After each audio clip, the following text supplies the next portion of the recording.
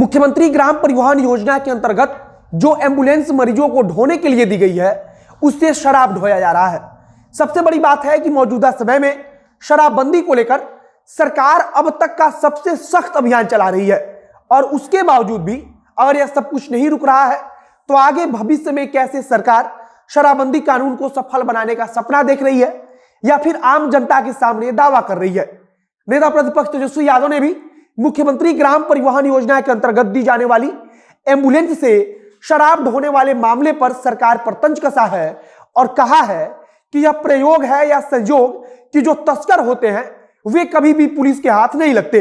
इसके पहले भी बिहार में सरकारी एम्बुलेंसों से शराब ढोए जाने की खबर आ चुकी है और इसको लेकर कई बार बवाल भी मच चुका है। लेकिन इस समय सवाल और भी गहरा जाता है क्योंकि जिस प्रकार से सरकार की तरफ से सख्त अभियान चलाई जा रही है और इस सख्त अभियान के बावजूद अगर इस पर रोक नहीं लग पा रही है तो फिर आगे भविष्य में इस पर रोक लगाए जाने की उम्मीद करना भी हमारे ख्याल से उचित नहीं है। इसके पहले इन्हीं सरकारी एम्बुलेंसों से, मेरा मतलब कि चाहे वह किसी सांसद के फंड से खरीदा गया एम्बुलेंस हो या फिर सरकार के किसी अन्य सरकारी विभाग द्वारा जारी किए गए फंड से खरीदा गया एम्बुलेंस हो, लेकिन उनके द्वारा बालू से लेकर शराब ढोए जाने की खबर आम बन चुकी है। अब नमस्कार, मेरा नाम है मोहित कुमार सिंह और आप देख रहे हैं हमारा विशेष कार्यक्रम एक्सप्लेनर।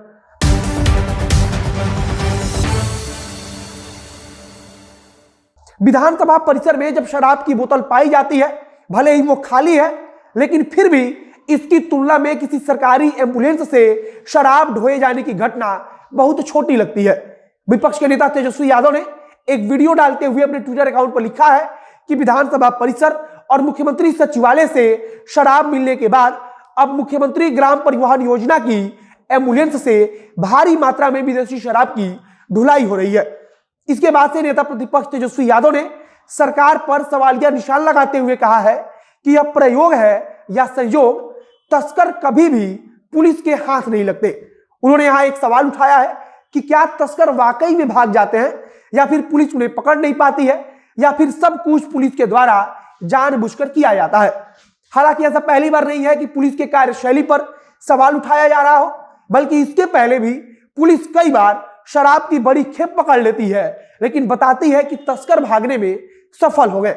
इसके अलावा कई बार शराब की बड़ी खेप पकड़ी जाती है लेकिन शराब की बड़ी खेप पकड़ लेने के बाद भी किसी की गिरफ्तारी नहीं हो पाती है और यह पता नहीं चल पाता कि शराब को यहां लाए जाने में किसका हाथ था। घुटना, कमर दर्द, लकवा आदि जैसे बीमारियों से परेशान हैं? जल्दी संपर्क करें आरोग्य हेल्थ और वेलनेस सेंटर पर। यहाँ फिजियोथेरेपी और अन्य विधियों द्वारा चिकित्सा की जाती है। संपर्क करें 7488185499 पर। कुछ दिन पहले की ही समीक्षा बैठक में मुख्यमंत्री ने खुद कहा था कि जिस किसी भी थाना क्षेत्र के अंतर्गत यह सब कुछ होगा उस थाना क्षेत्र के थानेदार के ऊपर कार्रवाई होगी और जिस भी गांव में यह सब कुछ होगा उस गांव के चौकीदार पर कार्रवाई होगी। लेकिन मुख्यमंत्री के कहने के बावजूद लगातार शराब पकड़ी जा रही है और अभी तक किसी भी थानेदार के ऊपर कार्रवाई की कोई खबर नहीं आई है। और सबसे जरूरी कि चौकीदार और थानेदार इसको लेकर सवाल भी उठा रहे हैं कि आखिरकार सरकार कैसे हमारे ऊपर कार्रवाई कर सकती है। अगर मौजूदा समय की बात करें तो एम्बुलेंस में शराब ढोए जाने से लेकर विधानसभा परिसर में शराब की खाली बोतल मिलने तक विपक्ष हमलावर है और लगातार सरकार से सवाल पूछ रहा है। अगर सही तौर पर कहा जाए तो शराबबंदी को सफल बनाने के लिए जो कार्रवाई पुलिस द्वारा की जा रही है और जो अभियान सरकार द्वारा चलाई जा रही है वह वाकई में अभी भी शराब की असली जड़ों को हिलाने में असक्षम है। मतलब कि राज्य में एम्बुलेंस से शराब का ढोया जाना इस बात का सबूत है कि राज्य में अभी भी शराब लगातार पहुंच रही है और शराब कैसे पहुंच रही है इस चीज पर अगर ठोस कार्रवाई होती तो निश्चित रूप से शराब की सप्लाई का चेन टूटता। बाकी विधानसभा से लेकर बाहर तक विपक्ष लगातार शराबबंदी को लेकर सवाल उठा रहा है और सरकार विपक्ष के सारे सवालों को यह कहकर किनारे कर देती है कि सिर्फ कुछ लोग शराबबंदी के पक्ष में नहीं है या फिर शराब को लेकर सवाल उठा रहे हैं और इनका मकसद सिर्फ राजनीति है। हालांकि भारतीय जनता पार्टी के भी कुछ विधायक शराबबंदी को लेकर सवाल उठा चुके हैं, लेकिन एनडीए गठबंधन दल के विधायकों की बैठक में मुख्यमंत्री नीतीश कुमार ने सबसे यह बात पूछा था कि आप सब लोग शराबबंदी के पक्ष में हैं कि नहीं है। और फिर मुख्यमंत्री ने सबको कहा कि आप अपना हाथ उठाकर बताइए और इस दौरान सबने शराबबंदी के पक्ष में होने की बात को कहा। बाकी शराबबंदी को लेकर नीतीश कुमार जी की छवि पर जो प्रभाव पड़ा है उसे ठीक करने के लिए मुख्यमंत्री खुद राज्य के दौरे पर निकलने वाले हैं और इस दौरान मुख्यमंत्री राज्य के अलग अलग जिलों में कार्यक्रम करेंगे।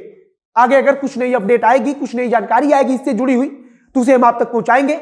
बाकी थानेदार और चौकीदार जो सवाल उठा रहे हैं कि अगर हमें शराब के बारे में जानकारी ना हो, उसके बावजूद उस गांव से या उस थाने क्षेत्र से शराब पकड़ी जाती है, तो फिर सरकार हमारे ऊपर कार्रवाई कैसे कर सकती है, जो वाकई में काफी हद तक ठीक भी लगता है।